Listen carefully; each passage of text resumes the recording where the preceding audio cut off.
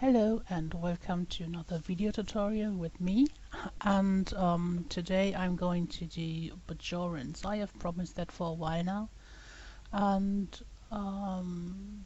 Skyfire I think has requested it again, so I'm doing it now. As you can see, I have a Bajoran here already. There are several Bajorans out there, and one thing you will notice is that not every nose is the same. So if you do a nose for a Bajoran, you sometimes end up with something that doesn't look like, for example, like Kira. But that's fine, because noses are different. Like this, for example, has harder ridges. This one here even has some at the elbows and goes straight up here. It's very different. Then this one is different from the other one as well. This one is actually a photo manipulation, but you see that it's different.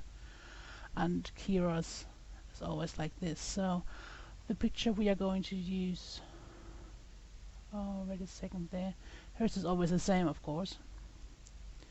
But I have different angles and different colors and everything. So we were going to do this picture and turn this lovely lady into a Bajoran today.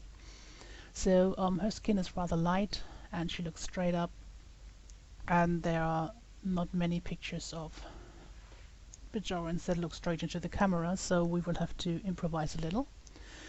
And first I'm going to check which one fits best from the colors, and I think, yeah, it's either this one or this one, so I'm going to close the other ones. Going to close this one, keep this one, and close this. And this one is actually really nice because it's straight on, but the color is very dark. We would have to play around with that a lot. So if you want to do that, you can do it. Just make sure that you match the skin. I'm always trying to use a skin that is similar to the picture that we are going to make. It doesn't always work, of course. So this one is a really nice but small picture, but let me try this. So I'm going to make a big selection here, copy that into this picture, and you can see it is very, very, very small. But we are going to change it because Angelina's picture is actually rather big. This picture is 1200 wide, so I am going to shrink the little lady here a bit. I just pressed Control and T for this free transform menu. I'm holding down Shift and Alt to not only keep the proportions but go smaller around this middle point here. Oh, that is better. And I'm going to cut out this because we don't need all this transparent background. Now I'm going to mouse wheel, and while holding down the Alt key, that is how I zoom in usually. And now let's see. Of course this is still too small, but we again use T, Control T, make it a bit bigger here, and try to move it a little bit in position. Now since we're in free transform, I can use taper and skew and perspective. I'm usually holding down my Control key and going to one of the corners here and move it a little. You can try to even this out a little bit so it looks a bit more straight. Of course this is a little bit askew now, but that's okay because we only use that nose part here. Then we use our old friend, a layer mask. Go a little bit more in, and then use a brush that is black because we want to make these parts disappear. As you remember, black is hide and white is show. I'm using a soft brush, hardness at 0, because we want to blend this later, and it is much easier if we have soft edges here, so we don't need this part. And look at this, this is already a nice position. Just the color of course is off, but it's closer than the other ones that we could have used. So I'm going to save this now, just as the regular name. I can still rename it later. Yeah, that is how I work. Congratulations on finding that out so soon. Now the first thing we want to do is adjust the color, because this is really nice skin color, this is more pink. So we go to selective color, and then we clip the selective color to the nose layer, so only the nose is affected by this. So you can either do this by holding Alt and go between the layers and then click here, or you can right click the selective color layer and create clipping mask. Now what we want to do is get out the pink to make it more skin colored.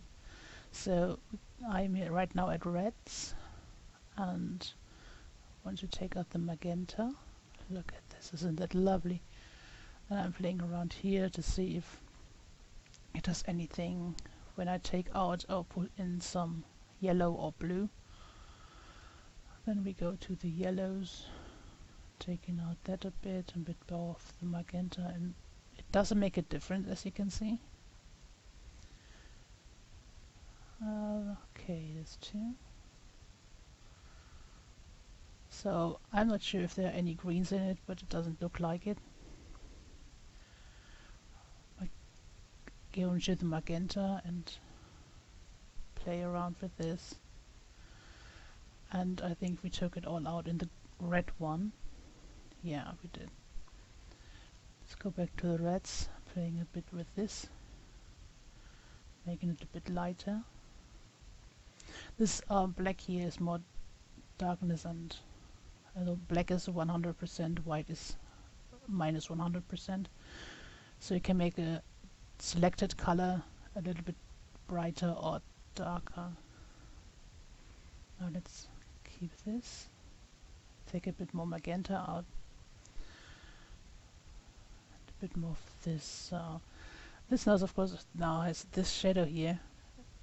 As you can see, it always has this shadow that isn't in the face. So either you try to get the shadow out or you make a shadow on the face. It also depends a bit on what kind of background you use. I personally would try to get the shadow out of the nose. Let me position this a bit. It now has this curve here, and I'm going to reduce the curve with Puppet Warp. Not every Photoshop version has that. It's a rather new tool, but it's really crazy good. So I am fixing Puppet Warp up here, so, and down here.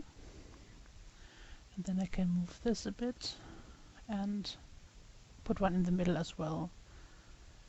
And now I can straighten this out, and this is much better here. So as you can see, you can really make nice curves or straighten out things. Now if it's up here a bit too curved, we can straighten it out here as well. And there's the difference. Wait a second, let me show you. Step backward and step forward, and it's nice and straight. One thing with Puppet Warp is that when you use it, the edge gets a little bit harder again, so we have to go over this once more. So click on the layer here, take your brush again. I'm making this a bit smaller and the flow a bit down. The flow is helping to keep this soft now. There we go. And there we have it, it's nice and soft again. So this is a nice start. Of course it's still not perfect. Let me free rotate, free transform, rotate it just a little bit, like 0.4, and I like this better. What you want to make sure of is that you don't see the edges. You really want to blend it nicely. That's the most difficult part for me, because the skins are really different from each other. So the first thing I'm trying to do is reduce some hue saturation. Clip it also at to the nose. There. Make it a little bit lighter, though I don't use the lightness in this one because it washes out the colors. I usually use the lightness and brightness and contrast layer. I'm going to do this now, so I'm reducing this again. Okay, when you take out too much color, you see it's going to be gray, so you want to keep a little bit of color in it, and see if playing around here works a bit. Yeah. No. Keeping this. Okay. Then reducing this and go to brightness contrast, clip it as well. Then I'm going brighter here. Reduce or add some contrast depending what I need, but I don't think I need that. So now this side here is brighter than this side still, so I'm going to erase the brightness and contrast from this side by going on the layer mask from brightness and contrast, using the soft brush and the flow, and paint black over it. This way we can manage to make it look like it has the same darkness on both sides. There we go. And this now is all trial and error. So I basically do the same as you do. I go to color bands and channel mixer and see if I can fix this color a bit. Always clipping it to the nose, otherwise you change the face and the hair and everything on the original picture as well, because we only want to adjust the nose to the face, not the other way around. So you see, if I take out there a bit, and this and this is actually rather nice. Let me see if I can do something in the shadows. There. Yeah, this too. I go through the shadows, midtones and highlights, because it might be possible to adjust the color nicely by doing that. There, this is actually pretty good. And one last thing I always do, some people might hate me for that, is actually I'm going to paint with the color of the face over the nose to help adjusting it a bit more. So I clip a new layer to the nose. I use a nice big brush and I lower the flow. The flow is kind of like the opacity, so you don't paint full blown over it. That way you can still see some of the details here. Now here's darker, so we don't want to take the color of this, so we can adjust that to the shadows that we have around here. Okay, nice. Then we take the color here again and take the color from the nose here. From there, from the face, make sure that you sample the color all around so it fits, because the color here is different than the color here, for example. There we go. And actually I like this. Now let's go back into brightness and color and see if we can do something here.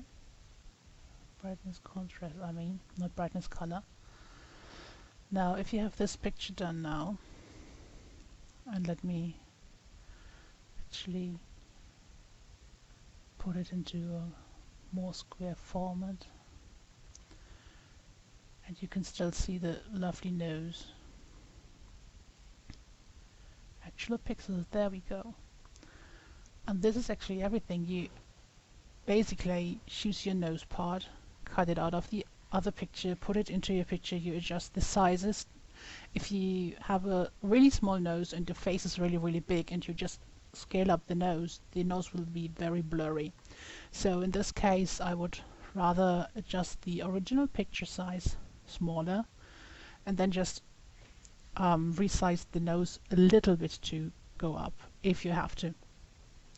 Because nobody has a blurry nose. That looks really weird. The other thing you want to do is make sure that you have soft edges, because you want to blend the piece. You don't want to have rough edges that look like you just pasted it on it. And then you're going to play around with selective color, for example, to change the color balance, to change brightness and contrast. I use saturation. You can paint on it with the regular color with a really thin layer so you don't lose the details, and just play around with these details a little bit. You can also play with the other tools here, for example levels and curves. For example curves, you can change the brightness really nicely or adjust the color, make it more vivid, make it less vivid, add shadows, all this kind of stuff. Or you go to levels and bring down the whites and bring up the grays, bring up the blacks, depending on what you need. Another great tool for this could be the channel mixer, for example, that you go through red, green, blue, and take out green, take out red, put in blue, whatever you need. So don't be afraid to play with these. If you see that it doesn't work, you can either just make it invisible here, or you can delete it, or you can keep it and be happy about it. It's really new just to play around with it. Oh look, that's nicer. And find out what works for you. This is now the progress that I'm doing, and I'm playing around a lot with these different things because I like the non-destructive way to do graphics. That means that the original picture stays unharmed. Now I can just deselect everything here and I have the original nose. So, and this. And I just can put them in and have the final nose again. Some people prefer to work on that actual layer. I don't, because I really like the non-destructive way.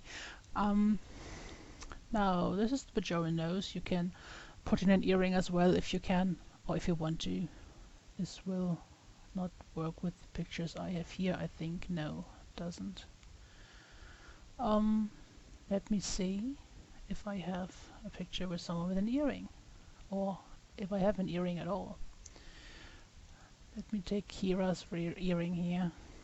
We don't see all of the ear in this one, so we don't really need the whole earring. Let me just take this little piece here. And oh, I'm sorry about that. Windows 8 is trolling me with that. So we just take this here, take our layer mask again, because I don't like to use the eraser, because once I erase it's gone. With the layer mask I can correct all the time. So I'm going to use this time a sharp brush. Put up the flow to 100% because I want to have it all gone in one swipe. I go to the brushes here and put on this basing, otherwise you see these bumps here and they translate in the brush. So if I have the spacing not all the way down, I have weird squiggly lines and I don't like that, so this was a smooth line then.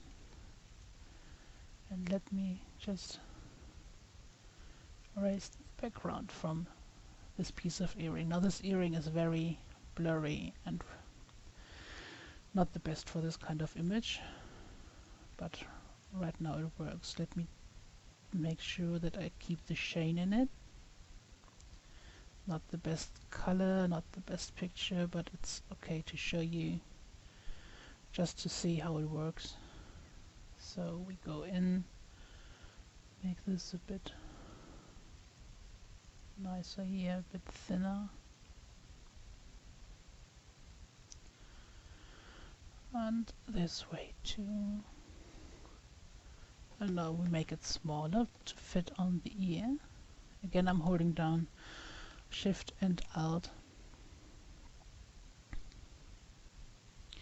to make sure that Shift makes sure that it stays in the right proportion, and Alt makes sure that it resizes around the center. Now of course I messed it up because I only pressed Alt, so let's try that again. Control T for translate, transform, and Shift Alt for sizing it down nicely. So let me rotate this a bit. Keep this here. Now there's this hair here that would cover it, so I'm going to delete this part. And there we go. Maybe we want to make a nice shadow because earrings throw a shadow. So I'm going here to... No, I'm not going to the blending options because it's only a little part on the ear, and we don't want a shadow at this side here or beneath because only need it on the ear here. I make a new layer and pull it under the earring. Then I take a black brush. This is again a soft one, and paint behind the earring so the soft edge peeks around it here a bit, and bring down the opacity so it looks like a nice shadow line. Now extra pixels here, and now she has a Bajoran earring. You can make it much nicer. You can make different choices of earrings. You can put in that nose. You can put in any nose actually. You can adjust the nose to one of the different styles. You can make nice ridges here above the ear eyebrows, as we have seen at the Vedic picture, or just remove this part here because you don't like it, or make these a little bit rounder with the puppet warp tool, for example. It's all a matter of taste, but this is how you do a Bajoran nose. And I hope that this was helpful, and let me know what you think. Let me see the pictures you do with it, or make any suggestions of what you want to see next in the comments. And until then, stay creative. Bye bye.